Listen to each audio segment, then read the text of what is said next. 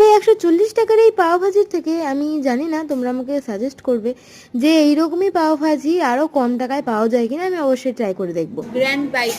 হ্যাঁ, তা আমি এখন একটা বড় কামড় নিতে চলেছি। এটা হচ্ছে 2000 years later.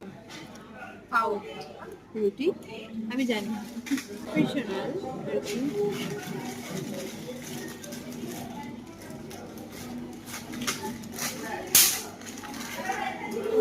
পেঁয়াজ, দেন এই করিস না, লেবু,